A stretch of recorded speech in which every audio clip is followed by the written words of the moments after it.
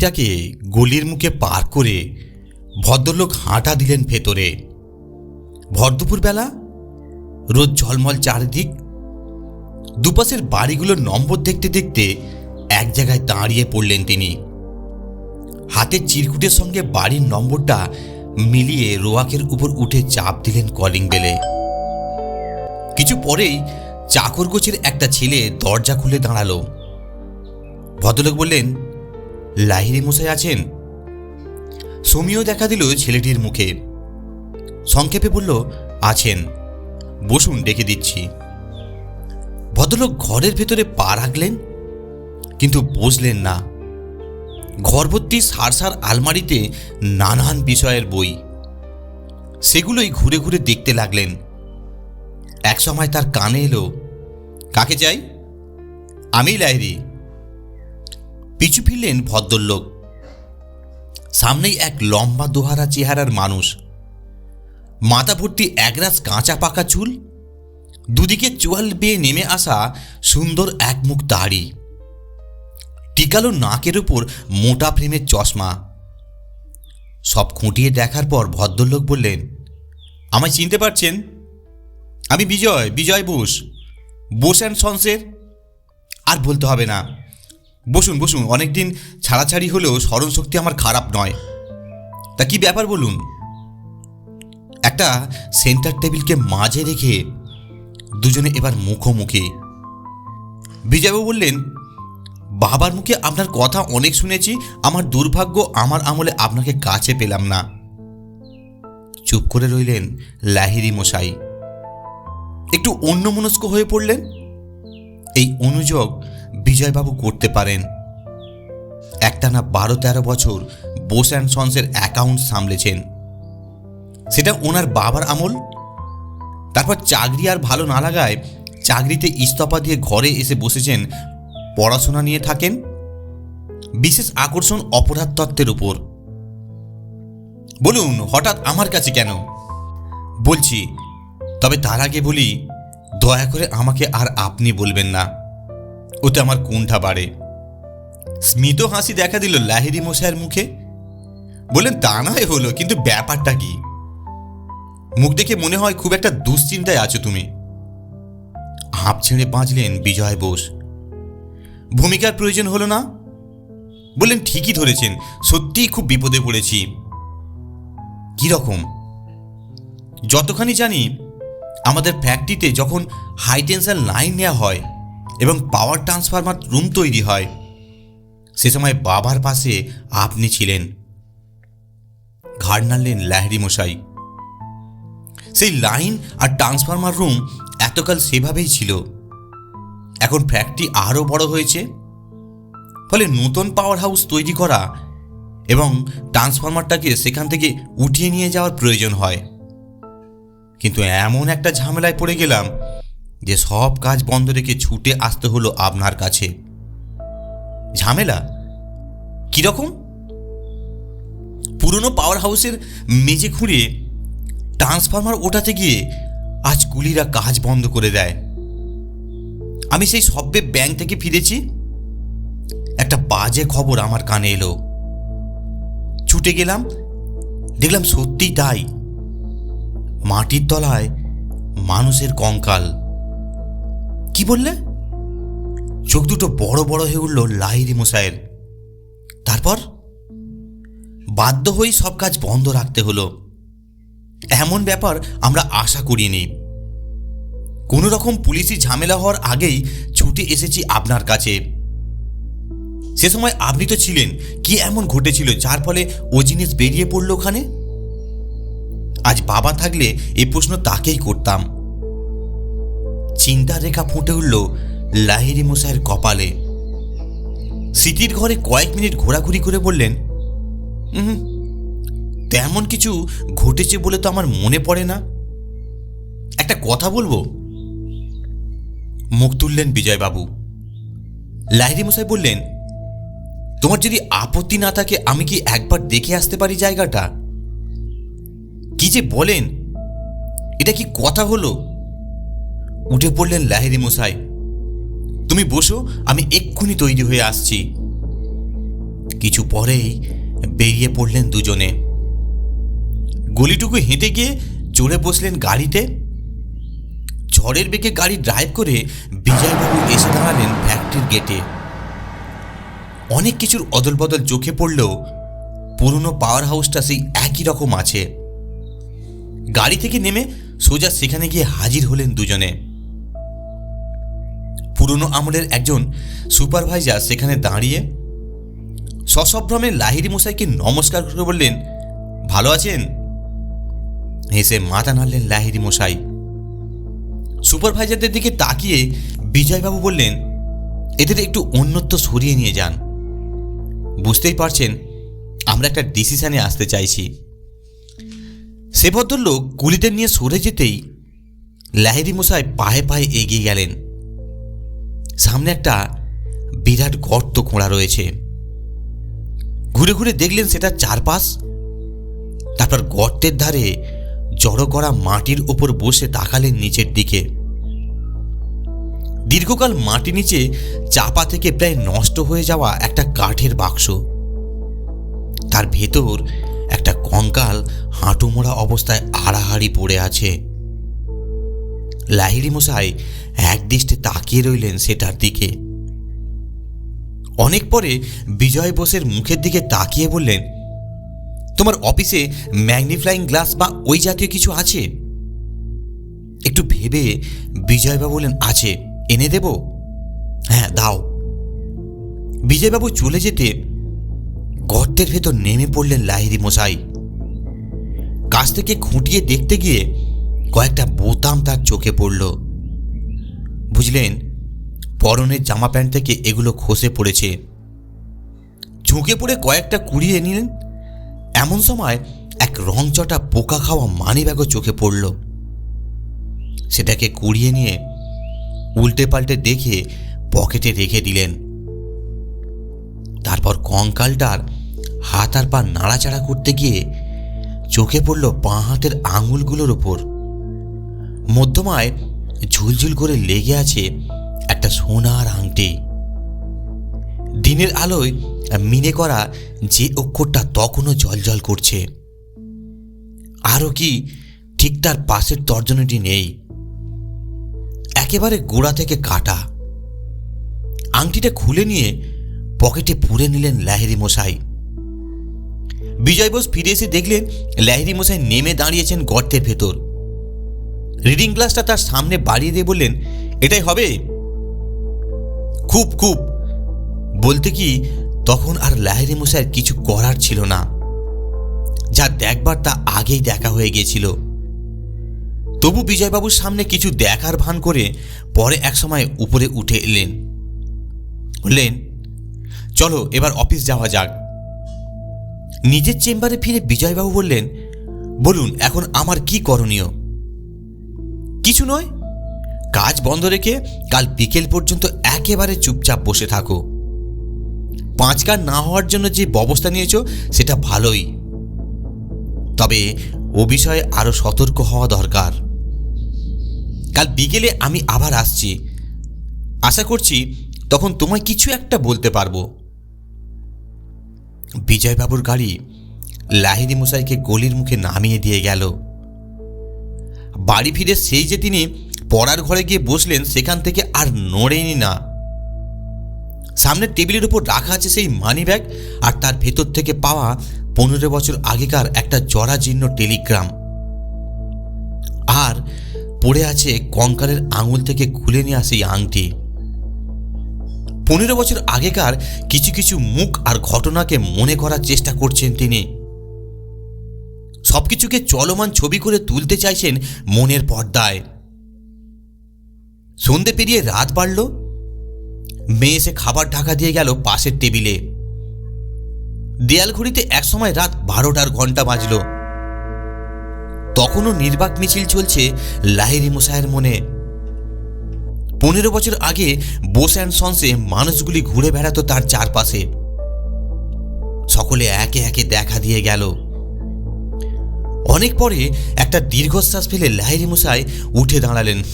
রাতের খাবার সামান্য কিছু মুখে দিয়ে বিছানা নিলেন তিনি। পরবর্তী পর্যায়ের কাজগুলি কিভাবে শেষ করবেন ভাবতে ভাবতে ঘুমিয়ে পড়লেন এক সময়। পরদিন সকাল 8টা নাগাদ সে মানুষ আবার বেরিয়ে পড়লেন বাড়ি থেকে। আগের দিনের লাহিড়ী মশাই আর নন। চেহারায় কিছুটা পরিবর্তন হয়েছে। পরনে শরীরের থেকেও ঢিলে ঢালা পোশাক, মাথার সাদা কালো চুলগুলো একেবারে অবিন্যস্ত, দেহটাও গতকালের মতো সোজা নয়। একটা ছড়ির ওপর ভর করে কিছুটা ঝুঁকে পড়েছেন সামনের দিকে। পাগুলো পড়ছে যথেষ্ট এলোমেলো ভাবে, কেননা এমনই কাশির ধমক যে ভালোভাবে পা ফেলেন তার ক্ষমতা কোথায়। কোনো রকমে গলির মুখ পর্যন্ত হেঁটে গিয়ে একটা ট্যাক্সি ধরলেন, নামলেন গিয়ে কদমতলা বাজারের কাছে। বাসস্ট্যান্ডটা বাঁয়ে রেখে ডান হাতে একটা গলির ভেতর ঢুকে পড়লেন। পায়ে পায়ে গিয়ে দাঁড়ালেন একটা গিল দেয়া দোতলা বাড়ির সামনে। ভেতরে যেতে গিয়েও থমকে দাঁড়ালেন তিনি। পাশেই ছিল একটা মুদিখানার দোকান। সেখানে গিয়ে জিজ্ঞেস করলেন, আচ্ছা, এটাই তো প্রতাপ মিত্তিরের বাড়ি? দোকানদার কি একটা ওজন করছিল, মুখ না তুলে জবাব দিল, হ্যাঁ। 2-3 বছর আগে বম্বে থেকে ফিরে উনি কি দাসনগরে ইলেকট্রনিক্সের কারখানা করেছেন? অত খবর কারো রাখি না মশাই, তবে লোকে ওই রকমই বলে। ওটুকি খবরই যথেষ্ট। সরে এলেন লাহিড়ী মশাই। গিলের গেট ঠেলে রোয়াক, তারপর একটু এগিয়ে গিয়ে দরজা মুখে গিয়ে দাঁড়াতেই একটি মানুষের উপর তার চোখ পড়ল। মস্ত এক সেক্রেটারিয়েট টেবিলের উপরে বসে একটা ফাইলের উপর ঝুঁকে রয়েছেন। ছায়া পড়তেই মুখ তুললেন, কে? উত্তরটা সঙ্গে সঙ্গে মুখে জোগালো না লাহিড়ী মশাইয়ের। কাশির ধমক তখন এমনই প্রবল সে দম বন্ধ হয়ে আসার দাখিল, তবে পা দুটো তার থেমে রইল না। একেবারে গিয়ে দাঁড়ালেন টেবিলের সামনে। কোনো রকমের টেবিলের উপর 2 হাতের ভর দিয়ে নিজেকে সামলে বলেন, আমাকে দেখে নিশ্চয়ই আর চিনতে পারছেন না। শরীরটা একেবারে ভেঙে গেছে। আমি দীননাথ গোস্বামী, সাঁতরাগাছির বোস অ্যান্ড সন্সের এক সময় কাজ করতাম। বোস অ্যান্ড সন্সে? ভাবনা দেখা দিল প্রতাপ মিত্রের মুখে। চিনে ওঠার চেষ্টায় ছোট হলো চোখ দুটি। তারপর হঠাৎ হাতের ফাইলটা পাশে ঠেলে দিয়ে চিৎকার করে উঠলেন, হ্যাঁ হ্যাঁ হ্যাঁ, দীননাথ গোস্বামী, এবার মনে পড়েছে বটে। আরে বসো বসো, তাই এ কি চেহারা হয়েছে তোমার? উত্তর দেবেন কি? কাশির ধমকে চেয়ারে বসা অবধি সম্ভব নয় লাহিড়ী মশাইয়ের পক্ষে। প্রতাপবাবু বলে চললেন, তারপর কি খবর বলো? ওহ, কতদিন পরে দেখা গো। শুনতে পাচ্ছি সেদিনকার বোস অ্যান্ড সন্স আজ অনেক বড় হয়েছে। ততক্ষণে চেয়ার নিয়েছেন লাহিড়ী মশাই। কাশির বেগ সামলাতে সামলাতে কোনো রকম বলে, তা ঠিক। সকলে কে কেমন আছেন? আপনি যাদের চিনতেন তারা আজ আর নেই। লাহিড়ী মশাই ছেড়ে গেলেন। সিনিয়র বোসও বলতে গেল অকালে দেহ রাখলেন। এখন তার ছেলে বিজয়বাবুর রাজত্ব চলছে। সেদিনকাল আর নেই। এমনই হয়, রাজার বদল হলে অনেক কিছুই পরিবর্তন ঘটে। কি খাবে, চা না কফি? তা যা বলেছেন। অন্যমনস্ক স্বর্গোত্তক্তি লাহিড়ী মশাইয়ের। তারপরেই যেন হুঁশ হলো, হ্যাঁ, কি যেন বললেন? চা না কফি? আমার দুটোই চলে, এখন আপনি যেটা পছন্দ করেন। প্রতাপ মিত্র উঠে গেলেন ভেতর ঘরে। কিছু পরে ফিরে এসে নিজের চেয়ারে বসতে বসতে বললেন, পুরনো কথা সবসময় মনে পড়ে। আমি তোমাদের ভুলিনি। ভোলা কি এত সহজ নাকি? এবার নিজেই পুরনো কথায় চলে গেলেন লাহিড়ী মশাই। একসময় আপনি তো ওখানকার সিনিয়র ইলেকট্রিক্যাল ইঞ্জিনিয়ার ছিলেন। হ্যাঁ, আর আমরা জুনিয়র ছিল সেই আঙুল কাটা জগন্নাথ বাবু। পেছনে লোকে যাকে বলতো ঠুঁটো জগন্নাথ। ঠিক বলেছ, তোমার মনে আছে দেখছি। থাকবে না? মানুষটা কি কম জ্বালাতন করতো সকলকে? যেমনই বদমেজাজ তেমনই দুর্মুখ। একবার তো দেখেছি লাহিড়ী মশাইয়ের সঙ্গে প্রায় হাতাহাতি হবার উপক্রম। চুপ প্রতাপ মিত্তির। লাহিড়ী মশাইয়ের মুখে তখন কথার ফোয়ারা। শুনেছিলাম দেশ থেকে ওনার মায়ের নাকি একটা টেলিগ্রাম এসেছিল, সেই দিনই ছুটি নিয়ে দেশে যেতে চায়। সিনিয়র বস ছুটি স্যাংশন করেননি, অথচ লাহিড়ী মশাইয়ের কি হম্বিতম্বি, সে মাসের মাইনে আর কিছু অ্যাডভান্স তার সেদিনই চাই। হ্যাঁ, 1970 সাল বললেন প্রতাপ মিত্তির। সেই জন্যই বোধহয় মা বাবার চিন্তায় মাথাটা খারাপ ছিল। যাই হোক, আপনার সঙ্গে নিশ্চয়ই কখনো কোনো খিটিমিটি বাঁধেনি? চশমার আড়ালে একবার অন্তর্ভেদী হয়ে লাহিড়ী মশাইয়ের দৃষ্টি। প্রথমটা একটু অন্যমনস্ক হয়ে পড়লেও নিজেকে সামলে নিলেন প্রতাপ মিত্তির। বললেন, বাঁধেনি আবার? মানুষটার স্বভাবটাই তো ছিল ওরকম, কারো সঙ্গে বনিবনা হতো না। ওই যে তখন বললেন দুর্মুখ, বাকি শুনলে মেজাজ সামলে রাখা ভাল। ইস, তাহলে তো সিনিয়র হয়ে আপনাকে বচন শুনতে হয়েছে বলুন। সে কথা বলতে বিনা ছুটিতে এসে চলে গেল বাংলাদেশ। যেদিন ভরে গেল তার আগের দিন সমস্ত রাত কি ঝগড়াটাই না করলো আমার সঙ্গে। মনে পড়লে খুব দুঃখ হয়। সেদিন রাতে দুজনে একসঙ্গে নাইট শিফটে ছিলেন। হ্যাঁ, তখন ফ্যাক্টরিতে হাইড্রেশন লাইন বসছে, ট্রান্সফরমার রুম ইমিডিয়েটলি শেষ করার দরকার। কাজের তখন দারুণ চাপ। আপনার সঙ্গে বেঁধেছিল কি নিয়ে? ওই দেশে যাওয়ার ব্যাপার নিয়েই। ছুটি পায়নি, লাহিড়ী মশাই টাকা দেননি, অথচ দেশে সে যাবেই। আমার কাছে কিছু টাকা তার গচ্ছিত ছিল, আমার উপর চাপ, সে রাত্রেই তাকে টাকাটা দিয়ে দিতে হবে। অন্যায়, খুবই অন্যায়। অল্প না হলেও না হয় কথা ছিল। গড়ানো জলে আর জল ঢেলে দিলেন লাহিড়ী মশাই। টাকার অঙ্কটা নিশ্চয়ই কিছু কম ছিল না। কম কি? ওই ধরুন 1012 টাকা। বলতে গেলে তখনকার দিনে অনেক টাকা। গচ্ছিত রাখলেও মাঝরাত্রিরে অত টাকা জোগাড় করে দেওয়া সহজ নাকি? আসলে মাথা গরম লোকেরা অগ্রপশ্চাৎ জ্ঞানগম্যি বড্ড কম। তা এখন সে কোথায় আছে কিছু জানেন? না, সেই যে গেছে, তারপর আর বোধহয় ফেরেনি। বোধহয় বলছেন কেন? এই জন্যেই যে তারপর আমি আর জগন্নাথের কোনো খবর পাইনি।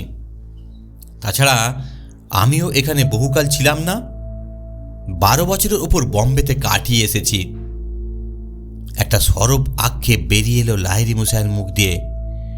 অনেক পরে বললেন, সেই ডামাডলের সময় চলে গেল মানুষটা, কে জানে কেমন আছে। থাকবে কি, আমার মনে হয় সে আর বেঁচে নেই। বাংলাদেশে তখন যে অবস্থা, বেশি তো নয়, প্রচণ্ড কাশির ধমকে চোখ দুটো বেরিয়ে আসার তাগিদ হলো লাহিড়ী মশাইয়ের। ব্যস্ত হয়ে পড়লেন প্রতাপ মিত্তির। একটু জল আনতে বলবো নাকি?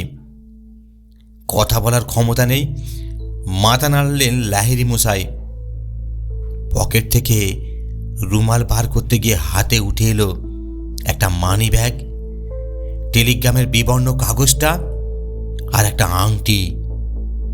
সেগুলো টেবিলের ওপর রেখে রুমালটা নিয়ে চেপে ধরলেন নিজের মুখে। সহজভাবেই প্রতাপ মিস্ত্রির দৃষ্টি গিয়ে পড়ল টেবিলের ওপর রাখা জিনিসগুলোর উপর, এবং তারপরই হঠাৎ বিরাট পরিবর্তন এলো তার চোখে মুখে। তার দৃষ্টি তখন আটকে গেছে আংটির মিনে করা যে অক্ষরের উপর। মুখের প্রতিটি রেখা কুঁচকে যাচ্ছে, পরিষ্কার আতঙ্কের ছাপ। বড় বড় চোখ কুঁচকানো ভ্রু, কপালে বিন্দু বিন্দু ঘাম।